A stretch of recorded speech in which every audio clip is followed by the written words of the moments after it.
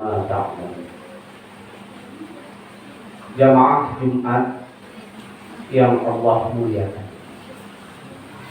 alhamdulillah kita bisa berkumpul di tanah salah satu jengkal dari bumi ini yang Allah cintai, yang Allah muliakan, yaitu tanah atau tempat di mana para syahidin, para muslimin, para rafi'in berkumpul.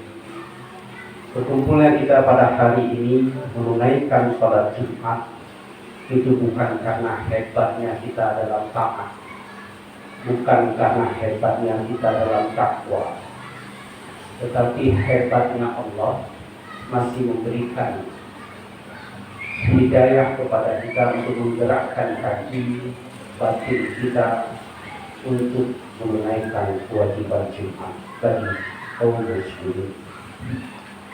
Demikian pula salam dan salawat kita pada Rasul Muhammad SAW yang hidupnya telah memberikan contoh kepada kita bagaimana hidup sebagai seorang pribadi, bagaimana hidup sebagai seorang ayah, bagaimana hidup sebagai seorang anak, bagaimana hidup sebagai seorang imam, pemimpin agama, pemimpin negara, bahkan pemimpin bangsa.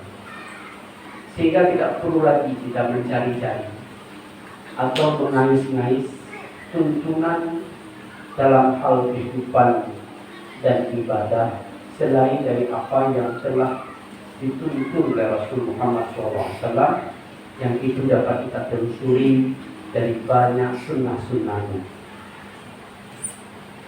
Kaum muslimin, hamba Allah, jamaah Jumat yang Allah muliakan, senantiasa kita taat kepada Allah, bertakwa kepada Allah, karena sebaik-baik pakaian adalah pakaian takwa. Jamaah Jumat yang Allah muliakan, dalam catatan saya, kalau ada di antara jamaah ini usianya 20 tahun, itu paling tidak dia sudah menunaikan sholat Jumat dalam hidupnya. Setelah dia balik itu 650 kali. Kalau usianya 20 tahun. Kalau usianya 30 tahun, maka minimal dia sudah menunaikan sholat Jumat 1150 kali dalam hidup. Kalau dia berusia 40 tahun, sebagaimana Khatib yang sudah berusia 45 tahun, itu sudah menunaikan sholat Jumat dalam hidup sekurangnya 1650 kali. Ratusan bahkan ribuan kali Jumat yang sudah kita tunaikan. Pertanyaan terbesarnya adalah, apakah kita sudah memahami sejarah, esensi, dan hakikat dari Allah memerintahkan kita untuk menunaikan sholat 2 rakaat pengganti zuhur di waktu Jumat. Nah, untuk mengetahui ini para jamaah, kita akan lebih jauh lagi kembali flashback ke belakang sebelum datangnya Islam. Sebelum datangnya Islam, Arab pra-Islam, katakanlah Arab pra-Islam, sampai hadirnya Rasulullah, sebelum Rasulullah hijrah ke Madinah, itu dalam dimensi sosial itu ada 3 kategori. Yang pertama, masyarakatnya dikenal dengan masyarakat tujar. Apa itu tujar? Tujar hijau, yaitu para pedagang. Mereka pergi setiap harinya ke satu negeri, ke negeri yang lainnya untuk mendagangkan dagangannya, perniagaan. Yang kedua, syu'ara. Siapa syu'ara? Ini para penyair-penyair. yang membuat berbait-bait puisi dan syair-syair Arab. Maka dalam sepekan mereka mendatangi tempat-tempat yang indah di negerinya untuk mendapatkan inspirasi dan ilham untuk membuat syair-syair yang memukau. Kelompok yang ketiga di masyarakat Arab pra-Islam adalah al-kahin atau kuhan, yaitu dukun, atau asyahir, para tukang sihir. Ini juga mereka datang ke lembah-lembah, ke lereng-lereng gunung, mengumpulkan jimat-jimat, mantra-mantra yang ajaib yang mujarab dalam sepekan. Maka Jumat yang kita bicarakan pada hari ini jauh sebelum itu. Orang Arab menamakan hari pertamanya dengan bilangan angka. Dimulai hari pertama disebut dengan Ahad. Hari ini kita sebutkan dengan Minggu, padahal sesungguhnya Ahad. Hari kedua Isnin, diserap dalam bahasa Indonesia menjadi Senin. Hari ketiga Al-Thulatha, diserap dalam bahasa Indonesia menjadi Selasa. Hari keempat Ar-Ruba'ah, diserap dalam bahasa Indonesia menjadi Rabu. Hari kelima Khamis, diserap dalam bahasa Indonesia Kamis. Tapi uniknya bangsa Arab pra-Islam tidak menyebutkan hari keenamnya dengan As-Sadis atau As-Sittah sebagaimana bilangan angka 6 dalam bahasa Arab. Apa mereka sebutkan hari keenam itu? Yaumul Arubah. Mereka sebutkan hari keenam itu Arubah. Yaumul Arubah. Apa makna Yaumul Arubah? Yang tiga kelompok masyarakat tadi, pedagang, kahin, tukang dukun, tukang sihir, asyuara, para penyair, ini dalam sepekan mereka berdagang, mereka mencari syair-syair, mencari jimat-jimat. Nanti mereka berkumpul di Yaumul Arubah. Di mana mereka berkumpul? Di Jabal Qubis, di sekitaran Ka'bah. Mereka berkumpul di situ. Para pedagang berkumpul. Apa Yaumul Arubah? Hari berbangga-bangga sebagai seorang Arab. Hari pamer-pamer kehebatan. Maka kita kenal ada Abu Sufyan, Abu Lahab, Abu Jahal. Ini para tujar, para pedagang yang berhasil, yang karena dagangan dan kekayaan dan perniagaan yang luar biasa mereka diangkat derajatnya oleh masyarakat Arab. Ada para penyair yang karena puisi, syair-syair lagunya mereka perlombakan, mereka bacakan syair-syairnya di Yaumul Arubah, di Jabal Qubis. Kita kenal ada Emri bin Qais, ada Zuhair bin Abi Salma, ada Al-Hatay'ah. Ini adalah tokoh-tokoh penyair di masa pra-Islam yang diangkat derajatnya oleh masyarakat dikarenakan syairnya menawan, memukau dan paling hebat. Begitu juga para kahin. Mereka jualan pada hari Yaumul Arubah jimat-jimatnya yang keramat. Siapa yang paling hebat jimatnya? Mereka diangkat ketokohannya. Para bahkan dulu di Ka'bah itu ditempelkan jimat-jimat dan ditempelkan syair-syair yang terpilih yang paling hebat di Ka'bah. Disebut dengan mu'allaqat. Yang hari ini sudah diganti dengan kain kiswah. Begitulah kondisi yang kaya makin kaya, yang miskin makin miskin, yang menjadi budak makin budak, yang ajam semakin ajam, yang pedagang kaya semakin kaya, para penyair semakin sanjung-sanjung, para dukun semakin banyak orang datang untuk mencari jimat dan mantra-mantra. Begitulah kondisi orang Arab seperti itu. Nah, apa yang mereka lakukan di Yaumul Arubah di Jabal Qubis itu? Mereka perlombakan. Tiga kelompok masyarakat ini perlombakan apa yang paling hebat pada diri mereka. Barulah kemudian, dan ini terjadi di masa Rasulullah ketika Rasulullah lahir, masih berada di dalam, belum menerima risalah, belum menerima wahyu, itu masih terjadi. Sampai 1 tahun sebelum Rasulullah hijrah ke Madinah, turunlah sebuah ayat, satu ayat Surat ke-62 adalah Al-Quran ayat 9.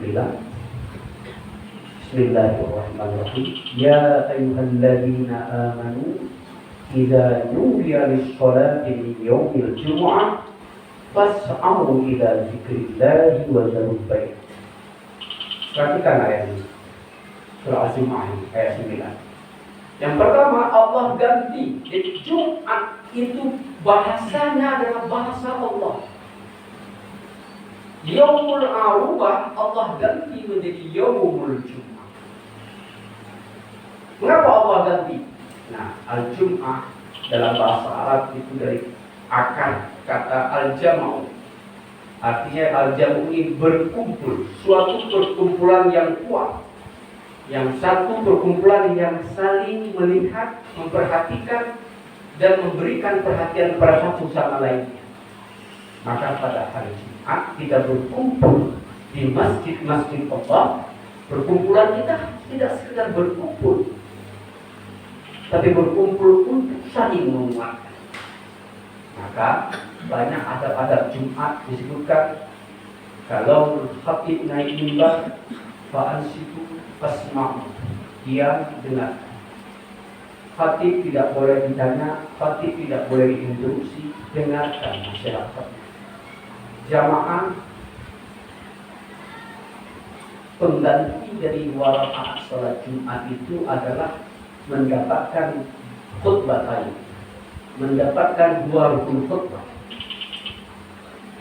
Kalau telat datangnya imam atau khatib sudah turun, itu sudah hilang 2 rakaat. Ganti duhur 4 rakaat itu adalah dengan mendengar 2 khutbah Jumat. Nah, berkumpul yang menjalin hubungan keakraban, hubungan kekerabatan. Mungkin dalam sepekan kita tidak berkumpul, tapi pada hari Jumat kita berkumpul. Tapi saya kadang-kadang di hari Jumat ada yang paling enak waktu tidur. Ya. Pada hari Jumat paling enak waktu sudah capek lelah bekerja, duduk mendengar khatib, tertunduk tunduk kepala, sehingga hilang makna Jumat. Nah, inilah sungguhnya esensi daripada sejarah dan hakikat Jumat. Wahai orang-orang yang beriman, yang sudah menyatakan beriman, idza nudiya lis-sholati, bila engkau dipanggil terdengar oleh panggilan lis-sholati min yaumil jum'ah, untuk sholat, menuju sholat di hari Jumat, fas'au ila zikrillah, segeralah kamu menuju kepada mengingat Allah. Wadzarul bai', tinggalkan semua urusan dunia, tinggalkan semua jual beli, tinggalkan semua yang merupakan urusan hidup di dunia. Nah, ini membedakan Yaumul Arubah. Orang Arab itu, orang Islam berkumpul di Jabal Qubis di lingkar Ka'bah. Itu mereka datang memamer-mamerkan kekayaannya, memamer-mamerkan keberhasilannya dalam perniagaan, dalam sebagai penyair, sebagai dukun. Berkumpul di situ utamanya duniawi. Berkumpul hanya untuk memamerkan kekayaan, memamerkan pangkat dan jabatan. Tetapi lihat Jumat, Allah kumpulkan orang beriman di hari Jumat, itu menghilangkan sekat, membedakan. Kalau orang beriman kumpulnya di hari Jumat, perkumpulannya adalah perkumpulan yang saling bersilaturahmi, memberikan perhatian dan saling berkasih sayang, saling memberikan nasihat. Beda dengan kaum Arab sebelum Islam, Yaumul Arubah mereka berkumpul untuk unjuk diri, untuk pamer-pamer kehebatan mereka. Inilah bedakan. Orang beriman, Yaumul Jum'ah. Orang yang tidak beriman, Yaumul Arubah. Berbangga-bangga karena mereka dilahirkan sebagai seorang Arab.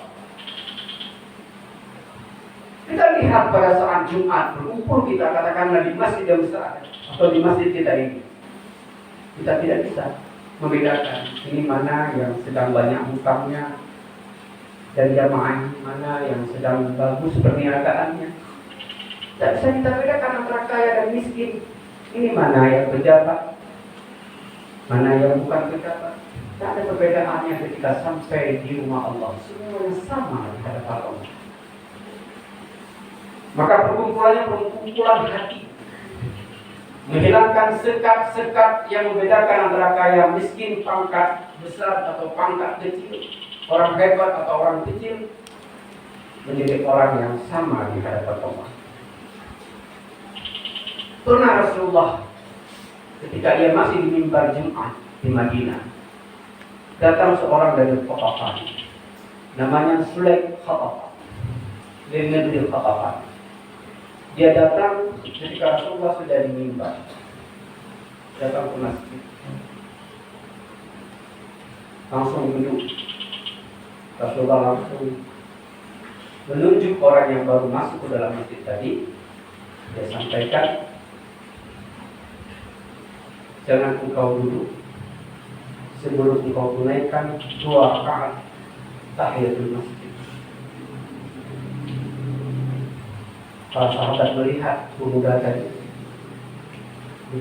bangkitkan sholat 2. Kenapa Rasulullah seperti ini? Rasulullah sedang mengajarkan yang jamaah yang hadir itu bukan tentang 2 rakaat tahiyatul masjid ketika masuk masjid. Karena jamaahnya di masjid Madinah sudah tahu masuk masjid 2 rakaat itu. Rasulullah ingin menyampaikan kepada jamaah, wahai jamaah, kita punya tamu orang asing datang dari negeri mana ke masjid kita, dia nggak tahu bagaimana kebiasaan di masjid kita, dia langsung duduk. Setelah sholat itu, barulah para sahabat mengetahui namanya Sulaik Qatafan, datang dari Qatafan ingin ke Madinah untuk mempelajari Islam lebih jauh.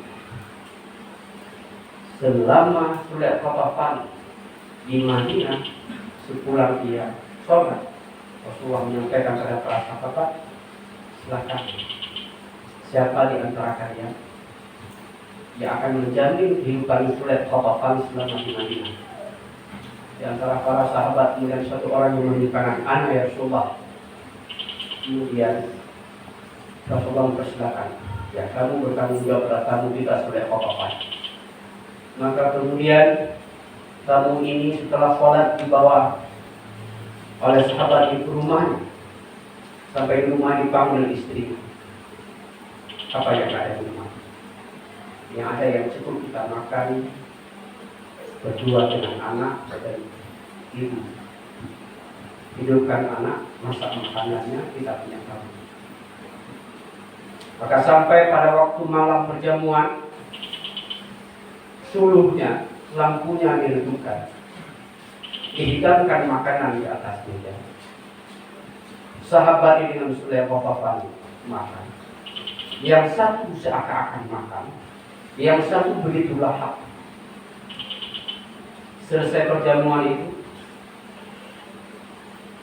saya subuh mereka sholat lagi di Masjid Madinah. Rasulullah berkata pada sahabat, wahai sahabat, semalam aku melihat, kata Rasulullah, para bergemuruh suara di langit, para penduduk langit dan para malaikat mendoakan sahabat kita yang telah menjamu tadi. Para sahabat menjamu di antara kita. Para sahabat tanya, siapa ya Rasulullah? Kirangan orang yang mulia sampai penduduk langit bergemuruh mendoakan kebaikan kepada sahabat ini. Rasulullah mengatakan, sudah kamu yang menjamin sudah terlalu. Maka para sahabat semuanya menjadi cemburu, iri akan kebaikan yang diterima oleh sahabat ini karena akan menjamin satu orang. Begitulah makna Jumat yang diajarkan oleh Rasulullah. Pertemuan ini membuat pertemuan yang merekatkan silaturahmi, merekatkan persatuan. Bayangkan dalam pertemuan ini ada orang yang sakit, di Jumat dia bertemu dengan seorang jamaah yang dokter, dia tidak perlu lagi pergi ke praktek. Karena dia sudah bertemu di Jumat, dia bisa mengatakan, Pak dokter saya sakit batu nggak habis. Sekarang ini nanti diberi obatnya, pergi ke apotek. Bayangkan kalau ada guru, seorang guru menjadi jamaah Jumat bertemu dengan muridnya. Ada seorang murid yang susah dalam pelajaran yang bertemu dengan guru. Pelajaran kemarin yang Pak Guru berikan tugas seperti yang sulit di angka soal ke-10 misalnya. Tidak perlu lagi dia bertemu di kelas, begini-begini menyelesaikan tugas. Bayangkan kalau orang miskin terlalu hutang bertemu dengan orang kaya di Jumat. Orang kaya yang tidak bakti bertemu dengan orang kaya. Kenapa susah sekali kami nampak salat Jumat sebenarnya senang. Hutang sudah sampai tiba waktunya untuk bayar. Tapi kuasa belum ada. Berapa hutang? Tidak banyak. Di warung sebelah hanya 100.000 ya sudah. Ini sedekah saya. Bertemu antara orang kaya dan orang miskin di Jumat. Inilah yang disebut dengan perkumpulan yang merekatkan persaudaraan, perkumpulan yang memberikan nilai silaturahmi, perkumpulan yang selalu tidak hanya semata-mata hablum minallah kita kepada Allah, tapi perkumpulan yang menselaraskan hablum minan nas kita dengan manusia yang lain. Maka ayat ke-9 dari surah Al-Jum'ah ini itu memanggil orang-orang yang beriman, tinggalkan segala urusan perniagaanmu, hadirlah kamu Jumat, sholat Jumat itu lebih baik bagi. Fa idza qudiyatis shalah fantashiru fil ardi wabtaghu min fadlillah.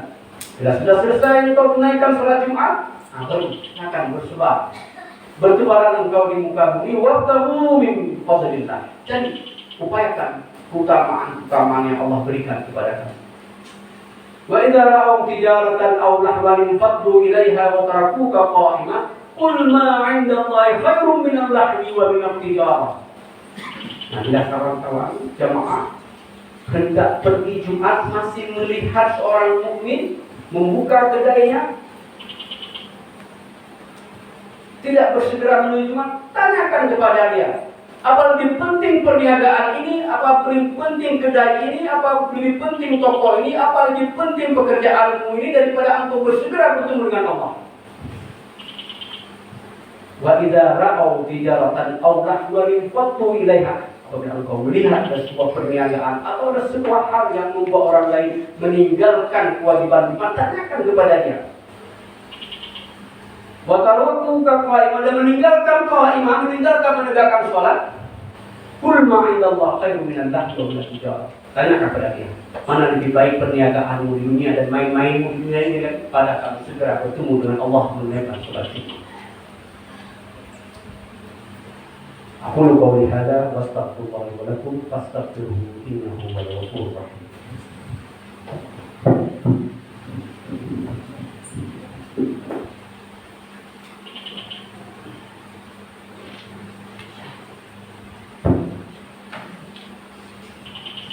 Alhamdulillahi rabbil alamin, hamdan syakirin, hamdan na'imin. Asyhadu an la ilaha illallah wa asyhadu anna Muhammadan 'abduhu wa rasuluhu la nabiyya wa rasulan ba'da.